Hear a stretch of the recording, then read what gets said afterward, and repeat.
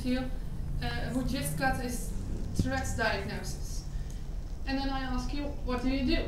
Well, of course, you give psychoeducation, we just learned that, and if needed, treatment. But I want to ask you to add something to that. It's not according to the symptoms, but I think it's even more important. It's how do you live with Tourette? Because in my experience, a lot of people hate Tourette. The fact that they hate it means that they hate a part of themselves. And I think it's very hard to live with the fact that you hate a part of yourself. And if you just make symptoms lighter by treatment, you don't take away the hate. So I want to ask you to teach those children how to live with Tourette and how to deal with Tourette. Teach them to make friends with it. That may sound weird to be friends with a disorder, but it can happen. It can be a companion, someone you live with, someone who's always with you, and who's always a part of you. Because they're not just negative symptoms, there are a lot of positive things as well. You can think about creativity. We think so incredibly fast that we can have a view from different angles and have original thoughts. We have a lot of perseverance, like I said before. You can call it stubborn, but I think it's a lot of perseverance, and if we really want something, we can go for it and do it. Also sensitivity, that's a part of the highly sensitive part. That means that we're also really empathic. We might not know what other people think, but we know how they feel, because we feel it when they come close to us. So we are very good at helping other people because we know how they feel. And there are a lot of other positive aspects as well, and it all has made us into who we are. So I like the person that I am today, and it's also because of Tourette, not just because of Tourette, of course, but it's the negative parts and the positive parts of Tourette that made me into who I am today. So back to this kid. Take him on a journey through Tourette. Go on a search. Who is this friend of him? Who is Tourette? Get to know him. Really get to know him. And realize sometimes friends do fight. Yes. But it doesn't change the friendship. So it isn't an enemy with who you fight every day. It's a friend. And together they can conquer the world. Teach him how to embrace it and not to fight it.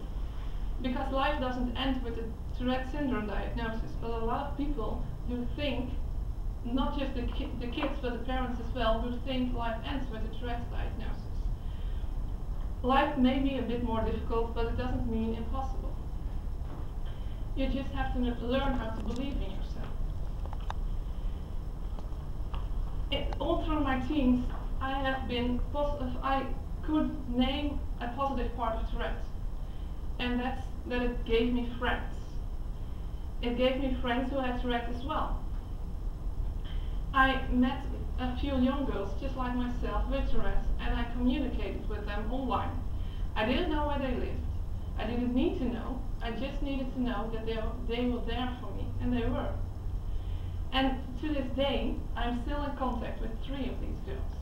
And with one of them, I've been organizing trips for the Dutch Tourette Syndrome Association, and the other 2 help us with the kids.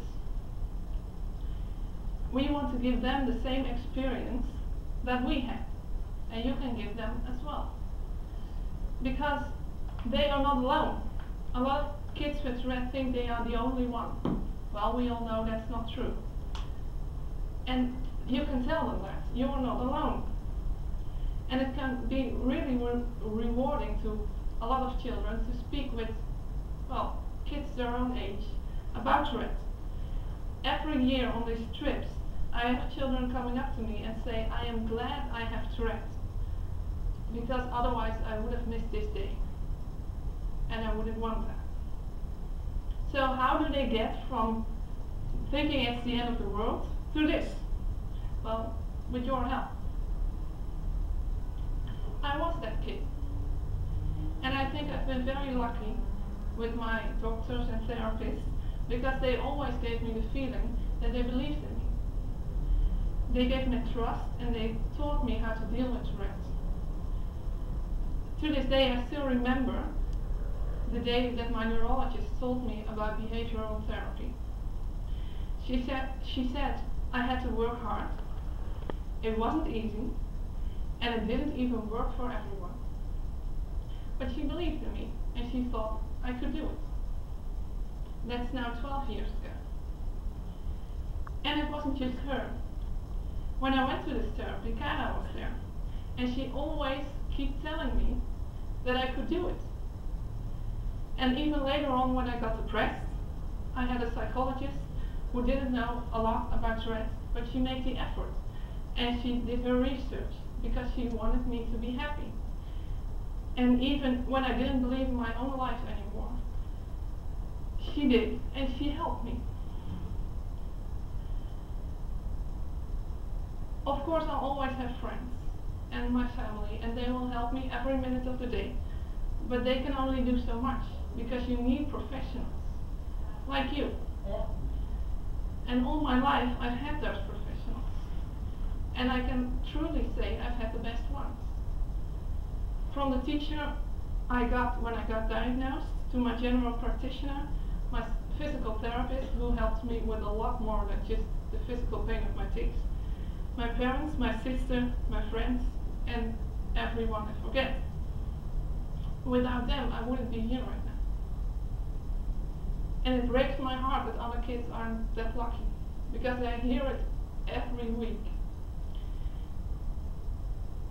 And these kids just need to know that you believe in them. They need to know that they have the opportunity and the confidence to work hard and to get the best out of themselves and their lives. It's even why I'm here today. Because Karen knows me and she trusts me to tell you my story and to hopefully inspire you to be the best you can be and to help patients of your own. Because you can help them. Help them deal with their Tourette, become friends with it, even get in touch with other children. You know, Twitter and Facebook, they're there in every country. And tell them they can accomplish anything they want in their lives. It is true, they can do and become anything they want. I mean, did you think there would be a goalkeeper in the World Cup soccer with Tourette? Really, with tics? He did it. Tim Howard, he was in the 2010 World Cup, and he's the goalkeeper for the American team, and they got to the last 16 with a goalkeeper with Tourette. And more recently, what about this? Mariah. She is a girl like myself, of my age, and as a child she struggled with Tourette syndrome.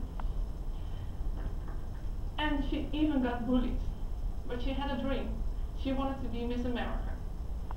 And as Miss America, you have to be smart, sophisticated, a public speaker, a role model, and so on. And people actually told her that because of her Tourette, she couldn't do it. She had to beat out 14,000 other contestants. That's maybe something to notice. And this year she was there. She was on stage, and she came in 5th. She got to talk about her Tourette on stage with 7 million people watching.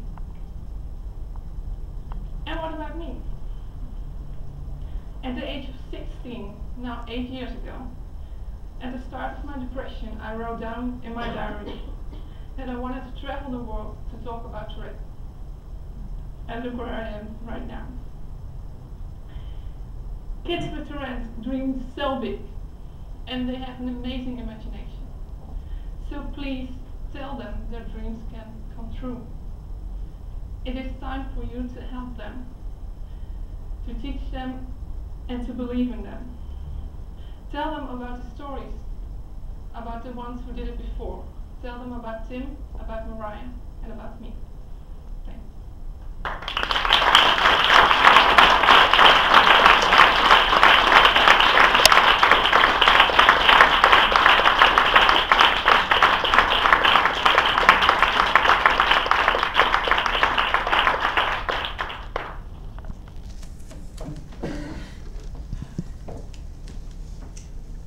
Thank you very much, Laura, and I get shivered, and I think all of you are, and I'm a little bit, I don't find the right words right now, but it was really fantastic, and I think all of you agree with it.